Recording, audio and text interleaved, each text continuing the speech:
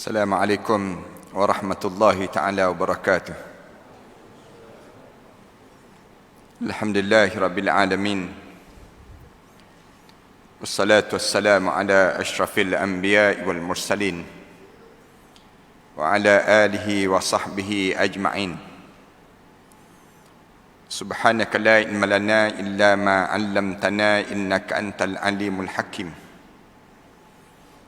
Ya alim, allimna min ilmika kama tarda bihi anna. Ya halim, khalliqna bi khuluqil hilmi wa haqqqiqna bi haqa'iqil ilmi. Allahumma allimna ma jahilna wa zakkirna ma nassina. Allahumma yassir wa la tu'assir wa tammim bil khair. قال الله تعالى في كتاب العزيز بعد أعوذ بالله من الشيطان الرجيم بسم الله الرحمن الرحيم طه ما أنزلنا عليك القرآن لتشقى إلا تذكرة لمن يخشى. طه Allah sajalah yang mengetahui maknanya. Ma anzalna alaikal Qur'ana litashqa. Kami sekali-kali tidak menurunkan Al-Quran ini untuk menjadikan kesusahan dalam hidup kamu. Illa tazkiratan liman yakhsha. Kecuali kami jadikan Al-Quran ini satu tazkirah ataupun satu peringatan liman yakhsha, bagi siapa yang ada dalam hatinya perasaan takut kepada akhirat Allah ataupun takut kepada Allah. Surah Taha ayat pertama hingga ayat yang ketiga. Terima kasih pada pengurusi majlis yang dihormati, pengurusi dan ahliatan kuasa Surah Fathur Rahman ini, para alim ulama, para asatizah, muslimin dan muslimat sekalian. Pertamanya, marilah sama-sama kita mengatur rasa syukur yang tak terhingga kita kepada Allah di atas nikmat kita datang menjadi tetamu kepada Allah pada malam yang baik ini. Syukurnya kerana di saat yang kita sedang berkumpul ini, ramai orang lain yang tak boleh datang berkumpul sebagaimana kita berkumpul. Yang kita tahu bahawa dapat datang ke masjid ataupun ke rumah Allah ini di antara tanda-tanda yang menunjukkan kita ni di antara orang-orang yang dekat dengan Allah Subhanahu Wa Taala. Kerana rumah Allah ini tak mudah orang yang boleh datang dan dekat dalam suasana yang lebih-lebih lagi suasana sekarang ini, yang Allah jadikan pandemik di kalangan kita, yang menyebabkan ramai orang kita tak dipilih oleh Allah untuk menjadi tetamu kepada Allah. Alhamdulillah, kita dipilih oleh Allah untuk menjadi tetamu kepada Allah ini. Mudah-mudahan apabila kita dipilih oleh Allah untuk menjadi tetamu kepada Allah di dunia ini, kita juga akan dipilih oleh Allah untuk menjadi tetamu kepada Allah di akhirat nanti. Dia semakin turun.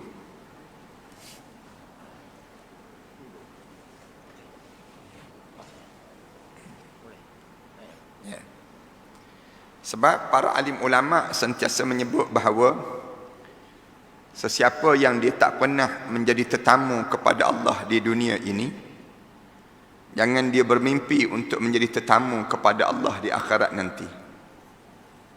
Alhamdulillah, kita dalam sibuk-sibuk urusan hidup kita ini, Allah pilih kita untuk datang seketika. Dan kita teruskan amalan yang dibuat oleh Rasulullah sallallahu alaihi wasallam. Di antara maghrib dan juga isyak, kita sentiasa dalam keadaan yang mengingat dan mengingatkan kita di antara satu sama lain, supaya kita ni tak putus hubungan kita dengan Allah. Yang ni di antara perkara yang utama dalam hidup. Kerana para hadirin sekalian tahu bahawa apabila kita hidup di atas dunia ini, di antara perkara yang paling bahaya yang kita jangan terlepas pada diri kita ini ialah jangan sampai peringkat kita putus hubungan dengan Allah. Putus hubungan dengan Allah ini satu perkara yang mengecewakan dalam hidup kita lah. Kerana apabila kita boleh terus bersambung hubungan kita dengan Allah, maka itu tanda kita ni rasa diri kita ni hamba kepada Allah. Dia akan terjadi demikian. Tuan-tuan pun tahu bahawa apabila kita hidup di atas dunia ini, ada 3 perkara ni kita jangan putus. Jangan kita ni terjauh di antara kita dengan 3 perkara ini yang diajar oleh Allah kepada kita melalui Nabi Muhammad sallallahu alaihi wasallam. Semakin kita berusia, semakin kita mesti dekat dengan mereka ini. Siapa 3 ni yang kita kena sentiasa dekat dan dekat dalam hidup kita? Yang pertama, kita mesti dekat dengan Allah. Semakin kita berusia, semakin menunjukkan diri kita ni dekat dengan Allah. Jangan kita semakin berusia tetapi kita semakin jauh dan jauh dengan Allah. Dia bukan sikap demikian sebagai seorang mukmin. Orang mukmin ini diturun. Kena tukar kerusi baru kot. Cuma nak sebutnya gambaran pada diri kitanya. Yang pertama pada diri kita ni, kita kena jaga hubungan kita yang jangan putus kita dengan Allah. Dalam hidup sebagai seorang mukmin, lagi kita berusia, lagi kita sambung hubungan dengan Allah. Lagi kita berusia, lagi kita dekat dengan Allah. Ni prinsip orang mukmin yang mesti kita jangan hidup kita ni terlepas daripada hubungan kita dengan Allah. Kemudian yang kedua, kita kena sambung semakin dekat dengan Nabi Muhammad sallallahu alaihi wasallam. Semakin Rasulullah sallallahu alaihi wasallam berada jauh dengan masa kita dengan Rasulullah sallallahu alaihi wasallam, semakin kita diajar supaya dekat dan dekat dengan Nabi Muhammad sallallahu alaihi wasallam. Ini cara, dan Allah ajar melalui cara bagaimana kitanya diajar supaya dekat dengan Rasulullah. Banyak caralah. Yang salah satu je ialah kita menghidupkan kembali sunnah Nabi Muhammad sallallahu alaihi wasallam. Kemudian yang ketiga, dalam hidup kita ini jangan kita jauh dengan para alim ulama. Bila kita semakin berusia, semakin ramai para alim ulama yang mesti kita dekati, supaya mereka ni mampu untuk merekanya memberi syafaat dan kita dapat manfaat daripada orang-orang yang saleh yang hidup di atas muka bumi ini, supaya kita semakin ramai orang-orang alim yang kita tumpang ilmu daripada mereka, dan kita dalam masa yang sama juga tak kala mana kita dipanggil menghadap depan Allah nanti, kita boleh sandarkan ilmu-ilmu yang kita dapat di atas dunia ini kepada yang disebut dengan ilmu daripada orang-orang yang alim ulama yang hidup, untuk kitanya berdalilkan di akhirat Allah Subhanahu wa taala nanti. 3 perkara ni para hadirin sekalian, saya tak bercadang untuk nak cerita kepada kita bagaimana kita nak sambung hubungan dengan 2 perkara tadi. Tapi memadailah pada malam ini kalau saya cerita tentang satu perkara yang boleh menyambung kita dengan Allah, yang mesti kita ni berterusan dengan Allah Subhanahu wa taala, yang Allah sendiri hantar. Macam mana cara kita nak supaya kita ni rapat dan rapat dengan Allah Subhanahu wa taala dalam hidup kita? Lalu yang kita kena faham, tak ada cara jalan lain di antara satu jalan utama yang Allah sediakan dalam hidup kita yang disebut dengan Al-Quran Karim. Al-Quran Karim ini merupakan satu jalan yang Allah Subhanahu wa taala jadikan untuk satu cara untuk kita mendekatkan diri kepada Allah Subhanahu wa taala. Kenapa dia? Sebelum kita nak cerita tentang Al-Quran Karim ini yang besar dalam hidup kita, kerana kebanyakan manusia ini lagi lama dia hidup, lagi dia cinta terhadap dunia. Ini sifat manusia jadi demikian. Lagi lama hidup, sifat kebanyakan manusia bila kita hidup di atas dunia ini, lagi lama kita hidup, lagi kita kuat dengan dunia. Sehingga kan kita jadi rasa benci terhadap kematian. Tak ada perasaan untuk kita ni nak rasa untuk bertemu dengan Allah. Kita mula berbicara banyak dalam hidup kita, banyak berbicara tentang yang disebut dengan urusan dunia dibandingkan dengan kita cerita tentang urusan akhirat. Bila tuan-tuan boleh perhati dalam hidup kita, semakin lama kita hidup, semakin kuat kita dengan dunia kah ataupun semakin kuat kita dengan akhirat kah dalam hidup kita? Kalau kita kuat dengan akhirat, itu tanda hubungan kita dengan Allah semakin bersambung. Semakin kuat hubungan kita dengan Allah. Tapi kalau kita hidup di atas dunia ini, semakin lama kita hidup, semakin tak khusyuk solat kita. Semakin lama kita hidup, semakin tawar kita dalam kita buat amal ibadah. Semakin lama kita hidup, semakin kita tak rasa nikmat dalam kita taat pada perintah Allah. Ada satu benda yang sedang berpenyakit dalam tu badan kita ini, yang disebut dengan hati kita sedang berpenyakit dalam hidup kita ni, yang menyebabkan kalau kita mati di saat itu menjadi bahaya pada diri kita saat mana kita berada dalam keadaan demikian. Lalu Allah jadikan penawar untuk kita, nak suruh kita ni jangan berfikiran demikian. Hidup kita ni kena berfikiran yang bukan semakin nak rasa nak pegang dengan dunia, jangan. Tetapi Allah ajar hidup kita ni mesti kita kena terima hakikat. Kena terima hakikat bahawa hidup ni tak berakhir dengan dunia. Tetapi kita kena terima hakikat apa dia? Ada lagi lepas pada hidup di alam dunia, ada lagi kehidupan yang disebut dengan alam yang ketiga dalam hidup kita, yang disebut dengan alam barzah. Alam barzah, alam yang kita kena hidup sekejap lagi. Lepas pada kita mati nanti, kita hidup balik. Waktu mana kita hidup balik ni, kita kena fikir. Jangan kita fikir macam kita fikir dengan di atas dunia. Kita kena fikir bagaimana yang telah diajar melalui Al-Quran, melalui hadis Rasulullah sallallahu alaihi wasallam, macam mana nak hidup lepas pada kita mati nanti.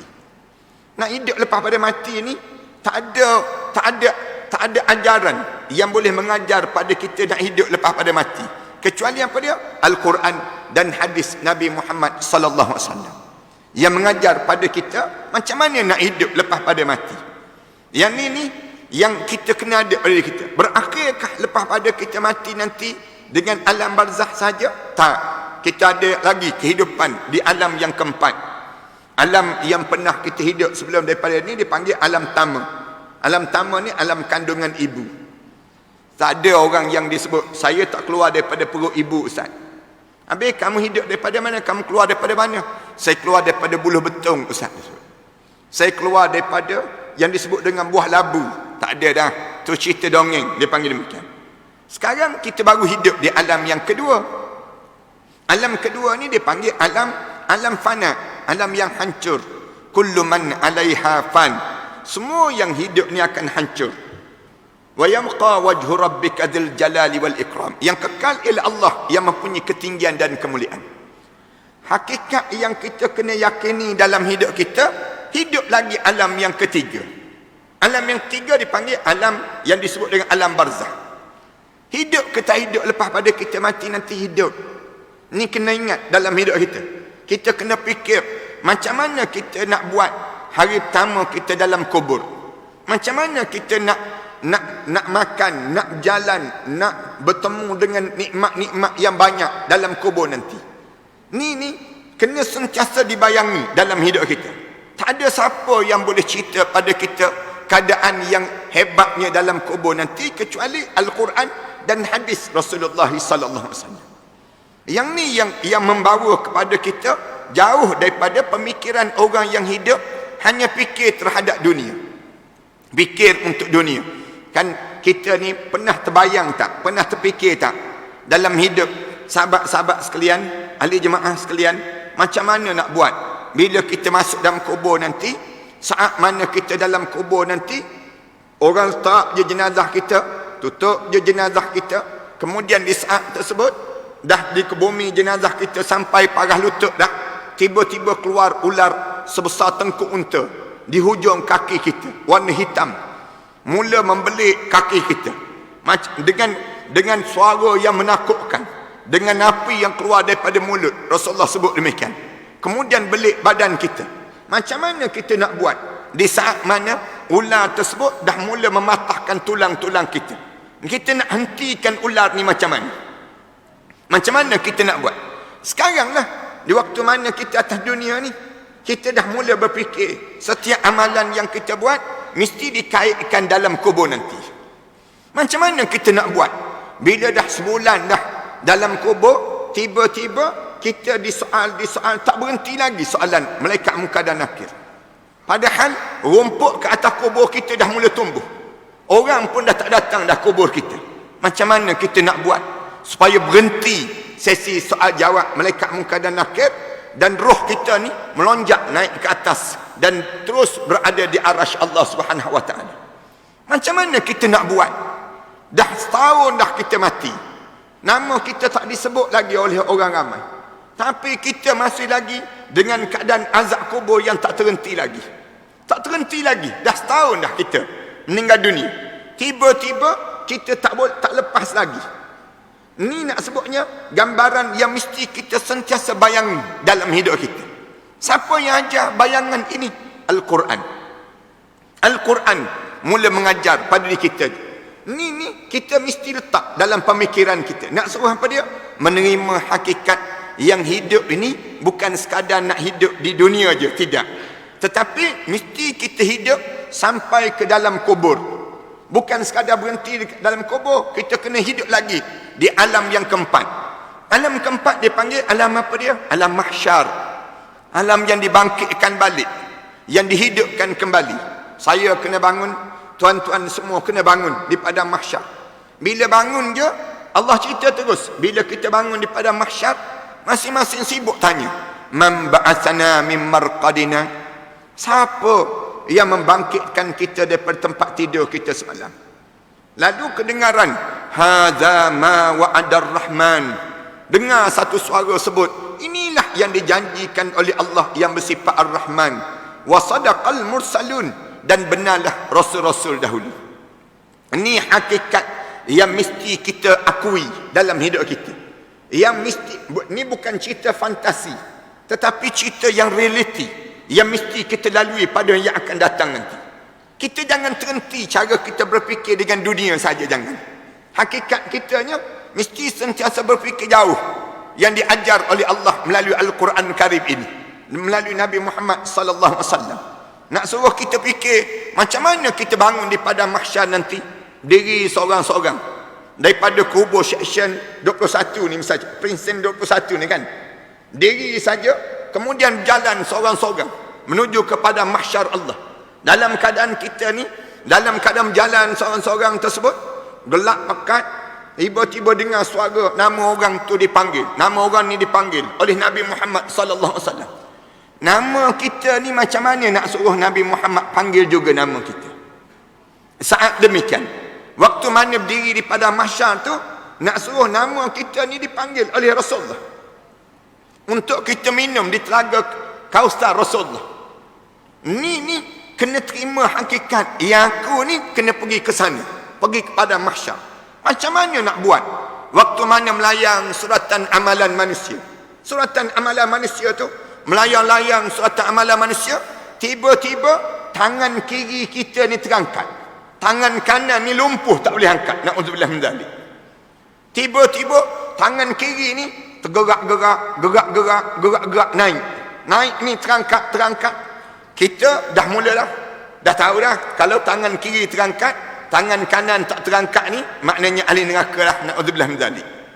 Tiba-tiba macam mana kita nak buat supaya tangan kiri jatuh, tangan kanan ni terangkat?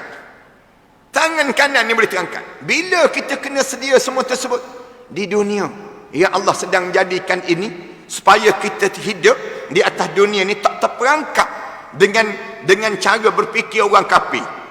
Orang kafir dia berfikir macam mana cara hidup? Orang kafir hidup turun pagi balik gelap, turun pagi balik gelap. Hidup dia fikir apa dia? Turun pagi balik gelap, fikir cari duit, cari harta, cari pangkat, cari kehebatan. Ni cara orang kafir berfikir. Tapi orang mukmin tak. Orang mukmin dia tak diajar oleh Allah melalui Nabi Muhammad sallallahu alaihi wasallam untuk hidup dengan cara macam orang kafir. Tapi kita kena fikir macam mana di sana nanti. Macam mana kita nak pergi nanti. Bagaimana kita nak dapat ke sana nanti. Dengan apa dia? Dengan cara demikian tersebut, akhirnya kita boleh bentuk cara kita berfikir dan tindakan kita ni selaras untuk berjalan di akhirat Allah Subhanahu Wa Taala nanti, untuk senang kita masuk dalam syurga Allah, sehingga kan kita semua yang datang malam ni boleh bersimpuh di sisi Nabi Muhammad sallallahu alaihi wasallam. Boleh cium jari jemari Rasulullah, boleh kucuk dahi Rasulullah, boleh peluk badan Rasulullah. Kenapa? Kerana kita nampak jelas perjalanan hidup bukan untuk di sini, tetapi perjalanan hidup untuk di sana. Melalui apa dia? Melalui Al-Quran. Al-Quran yang Allah turunkan dalam hidup manusia ini melalui Nabi Muhammad sallallahu alaihi wasallam.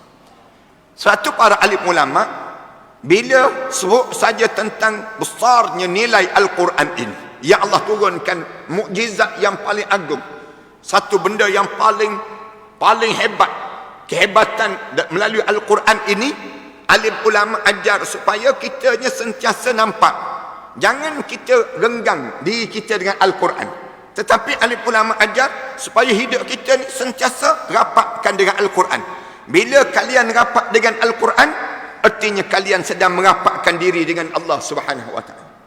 Bila kita ni jarang-jarang dengan Al-Quran, bahasa mudah, memang kita jauh dengan Allah. Memang kita sedang terjauh dengan Allah. Yang terjauh dengan Allah tu satu, tapi yang lebih dahsyat lagi, kita tak bersedia untuk menghadapi kenyataan yang sebenar dalam hidup. Kenyataan sebenar dalam hidup ni apa dia? Masa depan kita, dalam hidup kita. Kenyataan yang sebenar dalam hidup ni, barzah yang kita akan lalui sekejap lagi. Kenyataan sebenar pada mahsyar, yang perlu kita bangkit di pada mahsyar. Kenyataan sebenar sama ada dimasukkan ke dalam syurga ataupun dihumban ke dalam neraka Allah Subhanahu Wa Taala. Tak pernah terbayang dalam pemikiran kita ini. Macam mana keadaan pada masa yang akan datang nanti, pada masa yang akan datang nanti. Kerana kita ni dengan Al-Quran mahjura, kita jauh dengan Al-Quran Karim. Lalu alim ulama ajar perkara yang pertama, nak suruh dekat dengan Allah dalam hidup ni dengan Al-Quran. Ditanya lagi macam mana kita nak suruh kita dekat dengan Al-Quran. Sama tak kita dekat Al-Quran dengan kita dekatkan diri kita ni dengan alat-alat gadget-gadget yang ada. Gadget yang ada ni, tuan-tuan ada handphone kan, misal contohnya, tuan-tuan ada handphone, tuan-tuan tertinggal handphone dari kat rumah. Tuan-tuan dah jalan jauh dah, kita pusing balik kan, ambil balik handphone. Betulan balik-balik, isteri tengah pegang handphone kita. Isteri tahu pula password, nak sebutnya, berdebar kita bukan main lagi. Isteri sedang cek pula gambar-gambar, mesej-mesej yang ada. Lagi tak keruan, tak kena gaya dia ni. Nak sebut, ni tak ada pun, isteri tak pegang pun. Tapi Al-Quran tertinggal. Waktu mana Al-Quran tertinggal dalam hidup? Ada kita berdebar. Ada kita ni, ada pada diri kita ni rasa kebimbangan. Ada pada diri kita ni rasa keluh kesah. Tertinggal Al-Quran. Yang lebih malang lagi, kita dalam keadaan itu, kita tak terasa apa-apa suasana tertinggalnya Al-Quran dalam kehidupan kita. Siapa yang tertinggal Al-Quran dalam hidup? Yang pertama, alim ulama sebut orang yang tak boleh baca Al-Quran. Orang ni sedang tertinggal hubungan dia dengan Allah. Dia sedang menjauh dan menjarakkan diri dia dengan Allah. Bila kita tak boleh baca Al-Quran Karim, maknanya apa dia? Kita sudah putus hubungan kita dengan Allah Subhanahu Wa Taala. Di antara perkara yang paling dahsyat yang sedang berlaku, tuan-tuan, kalau tuan-tuan putus hubungan dengan bos tuan-tuan, maknanya bos kita tak menganggap dia bos pun tak menganggap kita ni pekerja dia. Cukup hujung bulan, gaji tak dapat. Cukup masa, kita tak dapat yang disebut dengan bonus dan sebagainya. Kita rasa tak selesa kan? Kalau buat kerja di tempat yang, bekerja di tempat yang yang putus hubungan dengan bos. Kita putus hubungan dengan kawan-kawan, kita rasa tak selesa. Kita tak rasa, pada diri kita ni rasa seronok jumpa dengan kawan yang kita tak bercakap lama dah. Misal contohnya, masam je muka di antara satu sama lain, pun kita tak rasa selesa. Ni putus hubungan dengan Allah, sedang memutuskan hubungan dengan Allah. Bila orang tak boleh baca Al-Quran dalam hidup kita sebagai seorang mukmin, kita sedang memutuskan hubungan dengan Allah SWT. Satu saya sebut awal-awal dalam siri-siri kuliah saya, bila ditanya pada saya, ada di kalangan kita yang tak boleh baca Quran, macam mana Ustaz? Saya sebut, inilah sezalim-zalim manusia, sekejam-kejam manusia, yang dia dengan dirinya sendiri. Dia tak buat zalim pada orang, tapi dia sedang buat zalim pada dirinya sendiri. Siapa-siapa yang tak boleh baca Quran dalam hidup dia, saya sering kali sebut, pastikan kalian jangan bagi mati. Jangan mati tuan-tuan. Kalau tuan-tuan mati di saat mana tuan-tuan tak boleh baca Quran, tuan-tuan masuk dalam kubur dalam keadaan tuan-tuan tak boleh baca Quran, confirm tak lepas tuan-tuan menghadap depan Allah. Tak lepas tuan-tuan. Tak percaya, cuba try mati, tak percaya. Nak tahu lepas ke tak lepas? Kenapa tak lepas? Ni baru baca je baru ni. Saya tak sebut lagi tentang yang lain. Baru baca saja baru. Kenapa tak lepas? Masuk je dalam kubur, malaikat tanya terus. Kamu kenapa tak boleh baca Quran? Kenapa kamu tak boleh baca Quran?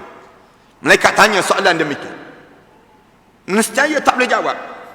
Malaikat tanya, tak ada ke orang alim yang masih lagi hidup? Kenapa kamu tak mengejar mereka untuk belajar dengan orang alim yang boleh baca Al-Quran Karim? Alasan apa kalian tak boleh baca Quran?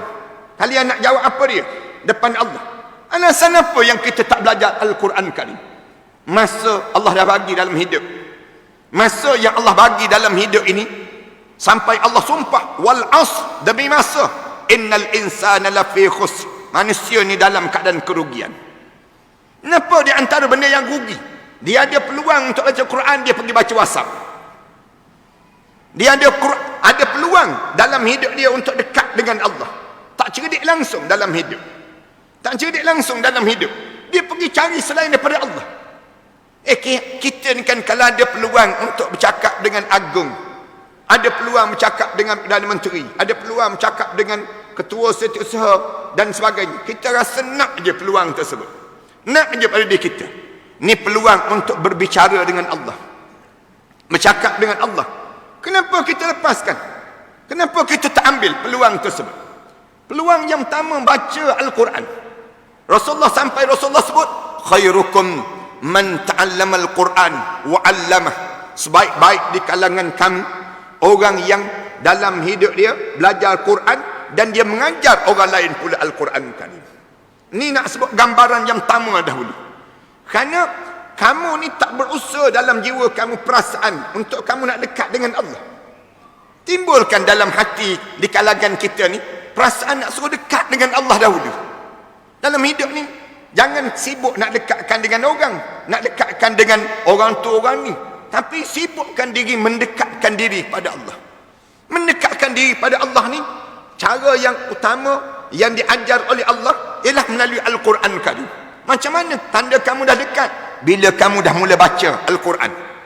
Bila kita dah boleh membaca Al-Quran, tanda awal kita semakin dekat dengan Allah, kita semakin hampir pada Allah, sehingga kan bacaan Al-Quran itu tidak boleh disamakan dengan bacaan-bacaan pada selain daripada Al-Quran. Hatta besarnya nilai baca Quran ni dibandingkan dengan baca hadis. Hadis tu baca juga, tapi baca Quran mana lebih besar pahala? Jauh lebih besar pahala Al-Quran Karim. Nak sebutnya besarnya, sehingga kan nak sebutnya hanya Quran boleh disebut dalam solat kita. Al-Quran dan juga apa yang ditunjukkan oleh Rasulullah sallallahu alaihi wasallam, yang diajar oleh Rasulullah, yang boleh kita lafazkan dalam solat kita. Selain daripada itu semua tak boleh. Kenapa?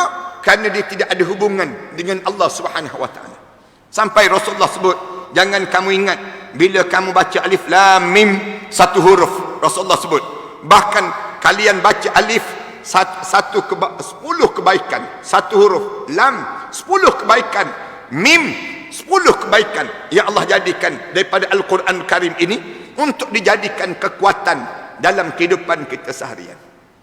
Ini yang pertama. Dengan Quran, bila kalian baca, saya baca, tuan-tuan baca juga, menambahkan lagi kekuatan dalam hidup. Kenapa kita jadi lemah dalam hidup kita? Kerana kita tak baca Quran. Bila kita baca Quran, kita akan jadi kuat. Kekuatan orang mukmin ni Allah jadikan, bila kamu jadi mukmin, kamu kena kuat dengan Al-Quran. Sebab tu Allah Subhanahu Wa Taala sebut, "Ma anzalna 'alaikal Qur'ana litashqa."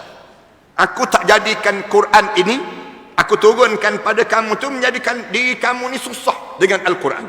Jadi kalut dengan Al-Quran. Tapi illa tazkiratan liman yakhsha. Dengan kamu dengan Al-Quran menjadikan diri kamu ni semakin dekat pada Allah Subhanahu Wa Taala. Menjadikan diri kamu ni kuat. Perjalanan kamu nak merintangi, perjalanan ketiga alam yang jauh lebih besar yang akan datang nanti, hidup di atas dunia ni pun dengan Al-Quran, kemudian masuk dalam kubur pun dengan Al-Quran, sampailah kamu di padang mahsyar pun dengan Al-Quran, sehingga kan kamu masuk dalam syurga pun kedengaran ayat-ayat Al-Quran Karim yang dikumandangkan dan dialunkan oleh bidadari-bidadari yang membaca ayat-ayat yang indah-indah dalam syurga Allah Subhanahu Wa Taala nanti.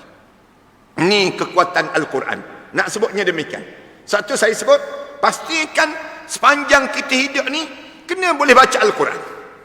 Mana yang tak boleh baca Quran lagi, tolong datang berjumpa dengan AJK seorang. Bagi tahu pada AJK, saya di antara ahli qaryah ataupun ahli di kalangan surau ini yang tak boleh baca Quran. Mengaku je. Jangan malu-malu nak bagi tahu pada AJK, saya tak boleh baca Quran. Saya bimbang, saya terputus hubungan dengan Allah. Kita sebut demikian pada AJK. AJK umum, tiap-tiap hari Jumaat je umum. Siapa ahli qaryah yang tak boleh baca Quran lagi, tolong daftar.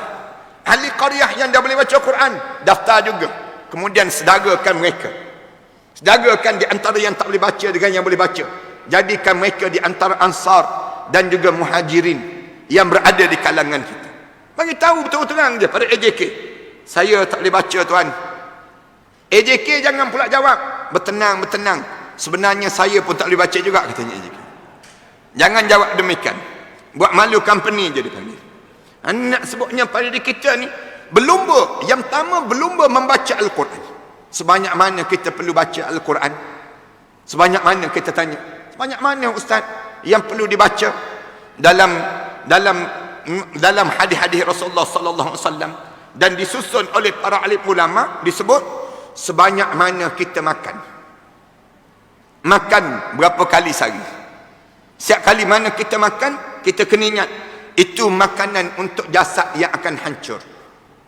Setiap kali mana kita baca Quran, itu makanan untuk jiwa yang akan terus hidup. Ni kena beza ya pada diri kita.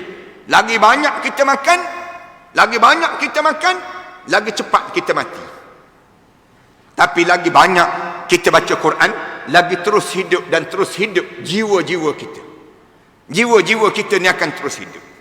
Ini kekuatan Al-Quran yang Allah jadikan dalam hidup kita, yang mesti kita sentiasa baca dan baca. Sentiasa, setiap hari, sebanyak itulah. Menjelang kematian kita, pastikan kita boleh baca Quran sebanyak lebih kurang 3 hari sekali kita khatam Al-Quran. 3 hari sekali kita khatam Quran. Itu tanda kita sedang bersedia untuk menghadap di hadapan Allah SWT. Saya nak minta supaya ayah-ayah, ibu-ibu yang usia dia 60 tahun ke atas, kalian mesti jadi demikian. Kalian mesti dapat demikian. Sebanyak lebih kurang 3 hari sekali khatam Quran. 3 hari sekali khatam Quran. Ini sifat orang yang usia 60 tahun ke atas. Kenapa dia? Kerana usia 60 tahun ke atas, usia kematian bila-bila masa akan sampai. Bila-bila masa akan bertemu dengan Allah. Bila kita akan bertemu dengan Allah, janganlah kita bertemu dengan Allah di saat mana kita tertinggal Al-Quran dalam kehidupan kita. Yang pertama dalam hidup. Yang kedua, dengan Al-Quran untuk ditadabburi Al-Quran.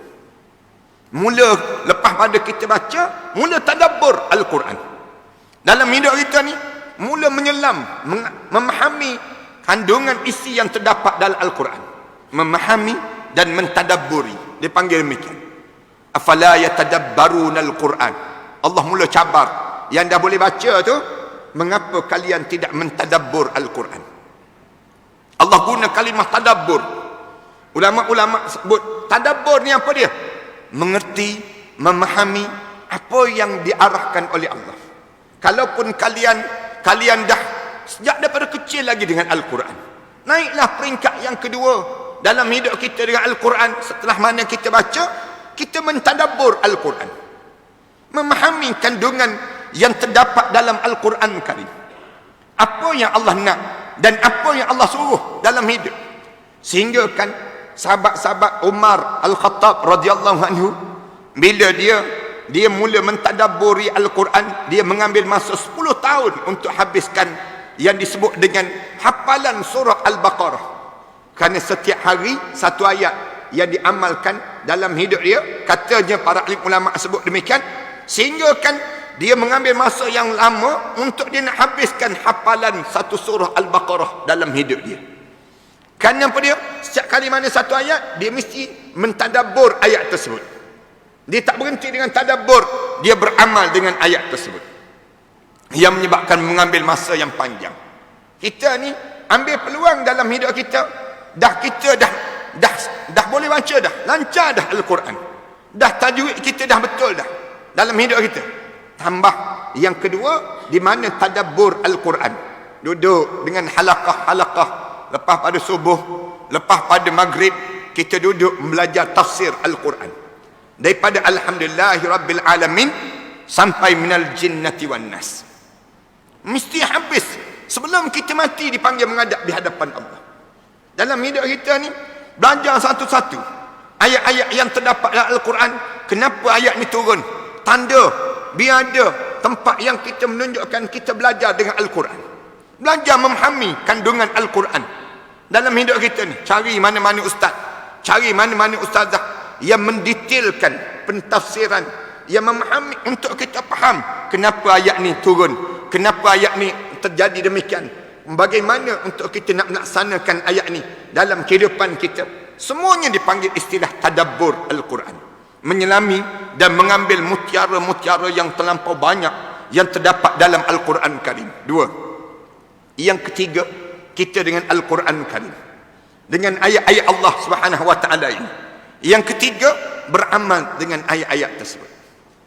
Kita dengan Al-Quran ni berusaha untuk beramal dengan ayat-ayat tersebut. Ni dalam hidup kita ni, peringkat kita dengan Al-Quran, usaha untuk nak beramal. Kerana apa dia? Kerana Al-Quran ni, wa nunazzilu minal Quran ma huwa shifa. Semua yang diturunkan oleh Allah melalui Al-Quran ni menjadi ubat kepada diri kami. Kerana hidup di atas dunia ni banyak penyakit. Bila berada dalam syurga tak ada penyakit. Tidur pun tak ada dalam syurga. Malam pun tak ada dalam syurga. Allah jadikan demikian. Sepanjang hidup atas dunia ni, penyakit ni banyak. Lalu Allah jadikan penyakit ni sebagai satu ujian dalam kehidupan kita. Penyakit tamak, penyakit dengki, penyakit-penyakit yang sihir, penyakit-penyakit yang terdapat ni, bagaimana Allah jadikan untuk nak menyembuhkan penyakit ini? Allah turunkan Al-Quran. Al-Quran ni menjadi penyembuh kepada penyakit, termasuk COVID, termasuk yang disebut dengan apa dia, yang Omicron, macam-macam gaya yang berlaku ni. Ni semua boleh disandarkan pada Al-Quran. Cuma orang kita tak jumpa cari. Orang kita cari selain daripada Al-Quran penyelesaiannya. Orang kita ni bila berhadapan dengan masalah hidup, dia tak fikir Al-Quran tu boleh menyelesaikan.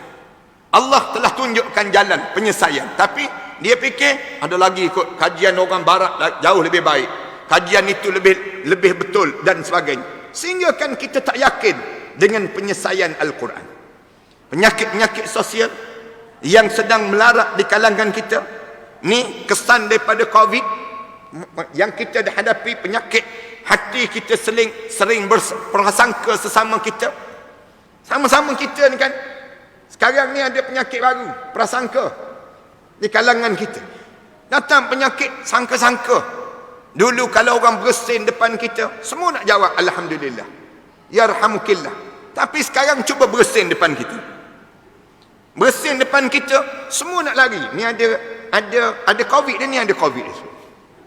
Dalam hidup kita, sangkaan-sangkaan yang menyebabkan kita ni semakin jauh jarak hati di antara satu sama lain. Penyelesaian apa dia? Quran. Ada kaedah Al-Quran yang Allah jadikan. Cuma kita tak letakkan yang disebut dengan penyelesaian itu daripada Al-Quran. Orang kita pun tak cari.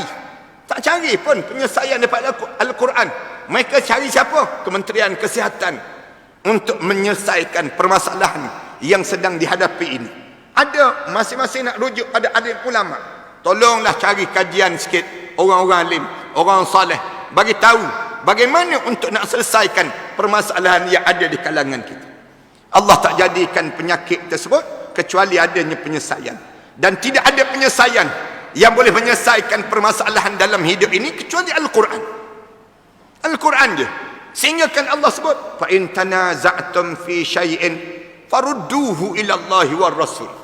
Allah pesan dah dalam hidup kita ni, kalau kamu bertelagah sesama kamu cari penyelesaian dalam hidup kamu tak jumpa, tanazak, kamu jadi saling berbantah-bantah di kalangan kamu, farudduhu ila Allahi war Rasul. Kembalilah kamu pada Allah, juga kembalilah pada Rasul. Tapi orang kita tak. Orang kita tak cari pun. Orang kita tak sibuk pun. Kerana apa dia? Quran bagi mereka ni untuk dibaca saat mana kematian saja. Tidak dibaca ataupun tidak digunakan dalam kehidupan. Sehingga kan menjadi kebingungan dalam hidup kita. Tak selesai masalah. Masalah yang berlaku di kalangan kita.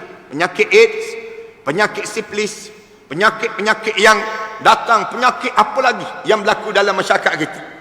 Tak ada jalan yang kita tak nampak Al-Quran boleh selesai. Padahal Allah dah ajar dah melalui Al-Quran penyelesaian di kalangan kamu. Patutnya panggil alim ulama. Letakkan alim ulama bincang macam mana kita nak selesai dalam setiap permasalahan yang berlaku di kalangan kita ini sendiri. Ni keadaan mesti beramal dengan Al-Quran. Kita orang Islam kan, pelik orang Islam tak percaya pada Quran. Orang Islam tak percaya pada Quran. Yang dia percaya pada siapa? Percaya selain daripada Al-Quran. Dalam hidup mereka. Mereka lebih percaya dengan nasionalis. Mereka lebih percaya dengan kapitalis. Orang Islam lebih percaya pada liberalis. Pahaman-pahaman yang merosakkan dalam hidup. Dia tak percaya dengan ajaran Al-Quran yang diajar dalam hidup supaya kamu bukan selamat di dunia je. Bahkan kamu boleh selamat dalam kubur. Kamu akan selamat sampai di padang mahsyar dengan Al-Quran dalam kehidupan kita. Tuan-tuan kena ingat ni. Saya dah pesan dah pada tuan-tuan. Di akhirat nanti jangan dakwa saya pula. Nak sebutnya perkara demikian. Nasionalis tak boleh tolong kita dalam kubur nanti. Tak ada ajaran nasionalis boleh menyelamatkan kita dalam kubur. Pahaman sekularis tak boleh tolong kita dalam kubur. Tak boleh tolong kita dalam kubur. Selain daripada Al-Quran yang diajar oleh Allah melalui Nabi Muhammad sallallahu alaihi wasallam, semuanya tak boleh menolong kita. Yang boleh tolong kita yang disebut dengan Islam, yang datang daripada Al-Quran, datang daripada Allah Subhanahu wa taala dan juga sunnah Nabi Muhammad sallallahu alaihi wasallam. Kemudian yang kelima, kita dengan Quran, apabila kita ada peluang lagi dalam hidup, tolong hafal Al-Quran. Tambahkan pada kita dengan Al-Quran ni, hafal Al-Quran. Jangan malas tuan-tuan menghafal. Orang kita ni ayat sama je sejak muda sampai tua. Ayat sama je. Semayang dengan orang rumah tu sampai waladdallin amin tu, orang rumah boleh agak dah. Ni inna a'tayna, ni inna a'tayna. Kita pun kat belakang, kita pun kat depan tu baca inna a'tayna kal kausar. Orang rumah kat belakang kata, kan dah kata. Ayat itulah dulu, kini dan selama-lamanya. Tak menambah-menambah dalam hidup. Tambahlah dalam hidup kita dengan hafalan Al-Quran. Kenapa kena tambah? Kenapa kena tambah? Lagi bertambahnya hafalan kita, lagi tinggi kedudukan kita dalam syurga. Dalam syurga. Ni diajar dalam hadis-hadis Rasulullah sebut demikian. Tuan-tuan masuk syurga, anak-anak tuan-tuan masuk syurga juga. Dua-dua masuk syurga.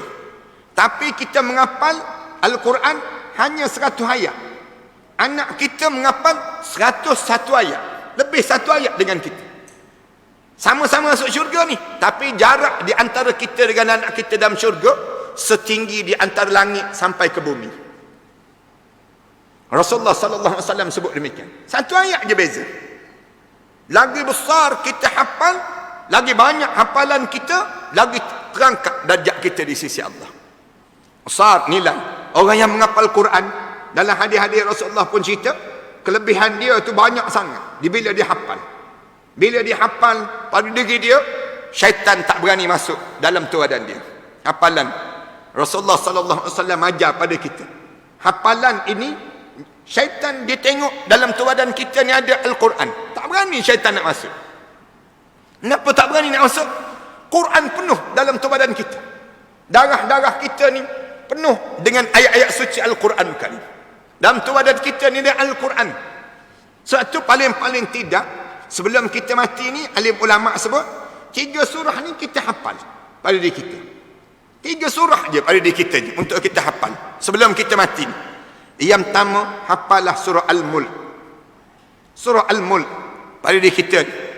Bila nak tidur malam je, sentiasa sebut tabarakalladzi biyadihil mulk wa huwa ala kulli syai'in qadir alladzi khalaqal mauta wal hayata liyabluwakum ayyukum ahsanu amala wa huwal azizul ghafur. Hafal surah Al-Mulk ni sampai habis. Tak panjang pun surah Al-Mulk ni Allah jadikan pada diri kita. Surah Al-Mulk ni Rasulullah sebut, kalian baca sebelum tidur ya. Bukan lepas mayang isyak baca ramai-ramai, lepas tu borak minum air teh dan sebagainya. Itu tak dia dipanggil terbatal dengan cara demikian.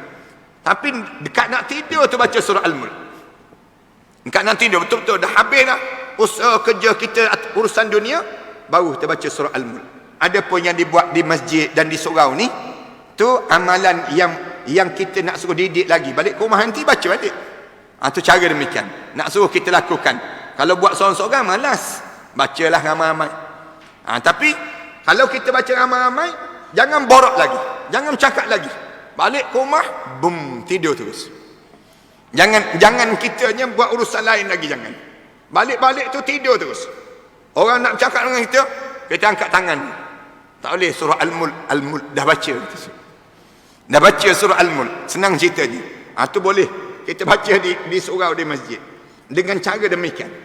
Surah Al-Mulk ni surah Al-Munjiyah wal Mun'iyah. Rasulullah sebut surah yang menghalang kamu daripada azab kubur dan menyelamatkan kamu daripada terkenanya azab kubur.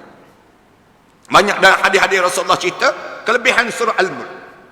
Kalau kita baca dalam surah Al-Mulk, Rasulullah sebut siapa yang dia nak tidur, dia baca surah Al-Mulk saat mana dia nak tidur.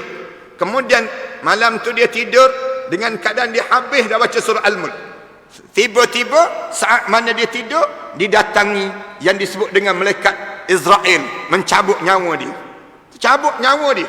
Dia meninggal dunia pada malam tersebut. Dia masuk saja dalam kubur, dimasuk dalam kubur, tiada azab kubur dan tiada pertanyaan malaikat munkar dan nakir untuknya. Besar nilai surah Al-Mulk. Tak panjang pun. Sebelah ayat ya. Kita ulang, kita baca dalam berapa ayat surah Al-Mulk ni? 30 ayat dia. Pada diri kita ni untuk kita sentiasa buat amalan pada diri kitanya surah Al-Mulk. Ni hafalan biar di bibir. Yang kedua, dah ingat dah surah Al-Mulk. Selama sebulan je hafal. Satu ayat satu hari, satu ayat satu hari. Cukup 30 hari ingat satu surah Al-Mulk. Dah ingat dah surah Al-Mulk, sambung surah yang kedua. Hafalan dalam hidup kita dan Al-Quran Karim ini. Apa dia? Surah yang disebut dengan surah Al-Kahfi. Surah Al-Kahfi tak panjang pun, 110 ayat je. 110 ayat je hafalan pada diri kita. Hafal surah Al-Kahfi. Surah Al-Kahfi ni kelebihan dia besar. Di antaranya, bila roh kita keluar daripada mata kita, dia akan masuk dalam bekas Al-Kahfi. Masuk bekas tu bau wangi semerbak. Roh kita ni akan masuk. Bila naik saja surah Al-Kahfi itu, roh kita dinaikkan, seluruh makhluk ni akan nampak bercahaya. Roh kita ni yang diangkat menghadap di hadapan Allah Subhanahu Wa Taala dalam keadaan yang indah, yang amat sangat. Naik tersebut, semua makhluk tahu dia ni di kalangan ahli syurga, wangi yang amat semerbak, kecuali 2 makhluk saja yang tak tahu, jin dan juga manusia. Selain daripada itu semua tahu. Ahli syurga dah dia. Ahli syurga dah dia. Kelebihan surah Al-Kahfi.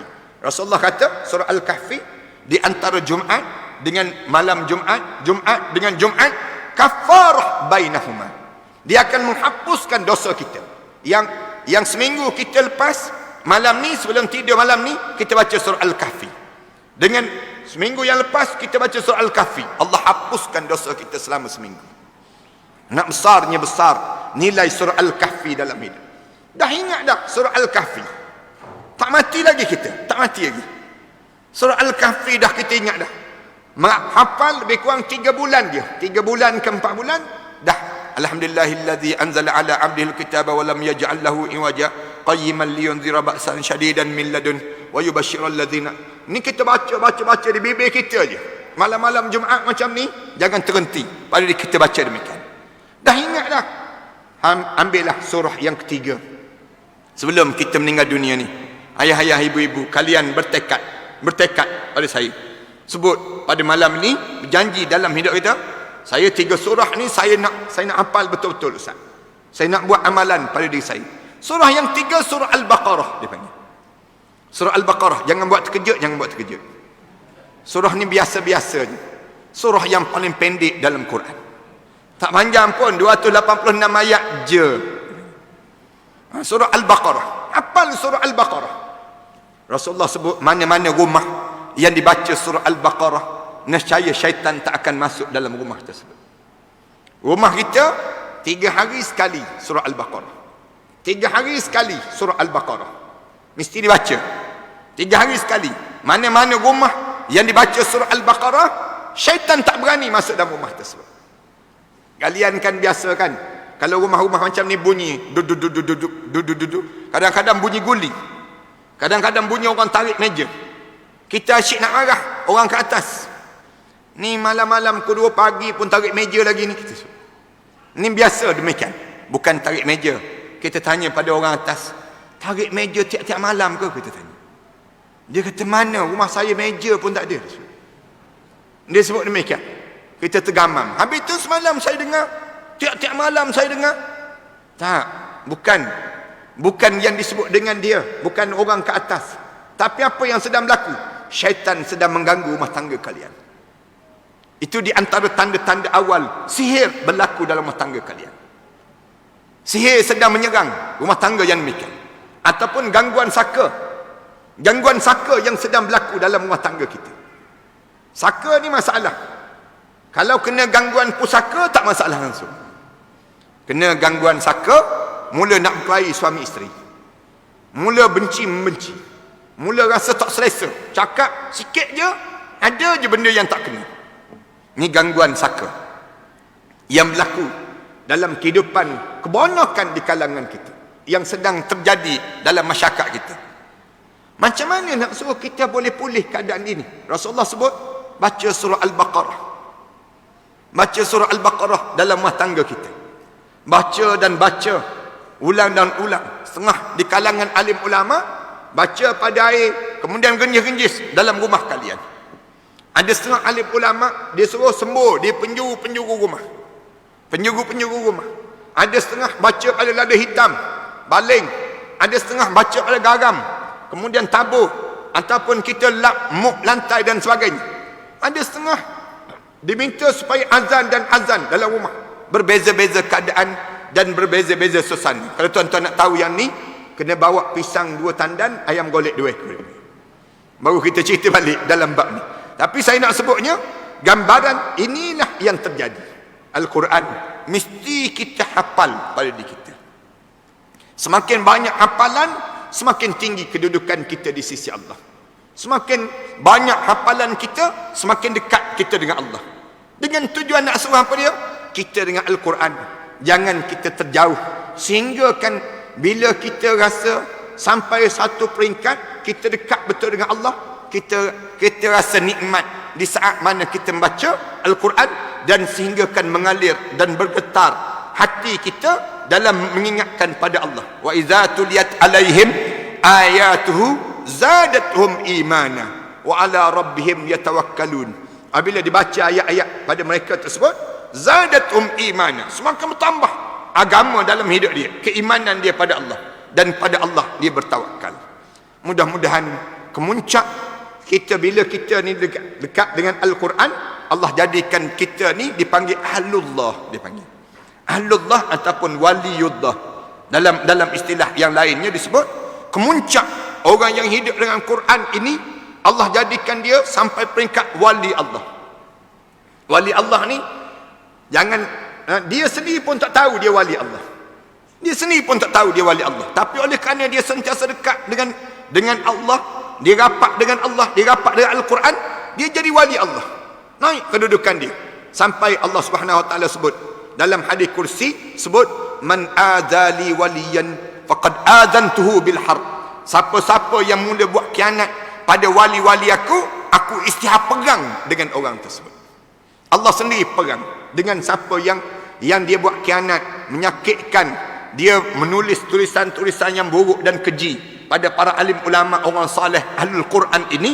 Allah kata dia sedang berperang dengan aku sendiri akan perang orang yang jadi demikian, dan dia tak akan selamat. Dan kita semakin dekat dengan Allah, dan kita jangan takut apabila kita dengan Al-Quran Karim dalam kehidupan kita. Mudah-mudahan Allah jadikan malam ini semua yang hadir di kalangan kita ni halul Quran, insya-Allah. Orang yang bila kita masuk dalam syurga nanti, kedengaran ayat suci Al-Quran Karim dan ayat-ayat yang dibaca bukan dalam syurga lagi. Waktu mana kita nak meninggal dunia tu pun malaikat dah mula pujuk kita. Allah takhafu wa la tahzanu. Jangan takut, jangan bimbang. Wa abshiru bil jannati allati kuntum tu'adun. Kabar gembira yang telah dijanjikan oleh Allah pada kamu tu, syurga yang tersedia yang telah Allah janjikan pada kamu. Kita pun tersenyum indah. Peluh ni merecik di atas dahi kita. Kemudian nampak air mata mengurai keluar daripada mata kita ni, bertitisan air mata kita kegembiraan di saat mana kita bertemu dengan janji yang telah dijanjikan oleh Allah. Terima kasih di atas kesempatan yang baik ini. Mudah-mudahan Allah panjangkan lagi umur kita. Terima kasih di atas malam-malam yang indah yang Allah jadikan malam yang terbaik pada di kita ini. Kita simpan kenangan-kenangan kita malam ini ni untuk kita dipertontonkan kembali dalam syurga nanti, insya-Allah. Supaya semua yang datang malam ni di kalangan ahli syurga Allah Subhanahu Wa Taala. Saya tak bercadang nak panjangkan lagi perbincangan ni. Saya tengok tuan-tuan dah betul tulang belakang 7 kali dah saya kira ni. Jadi kita berhenti setakat ni lah malam yang baik ini. Mudah-mudahan tuan-tuan jangan terlepas untuk menghidupkan surau Fathur Rahman. Surau yang indah ini. Tuan-tuan mesti menjadi ahli-ahli, orang-orang yang sentiasa hidup dengan Allah Subhanahu Wa Taala sepanjang masa dalam hidup kita, untuk kita semakin dekat dengan Allah Subhanahu Wa Taala. Terima kasih di atas jemputan yang baik ini. Terima kasih sekali lagi di atas pertemuan pada malam yang baik ini. Mudah-mudahan Allah rahmati kita semua. Aku qouli hadza astaghfirullah li wa lakum. Wassalamualaikum warahmatullahi taala wabarakatuh.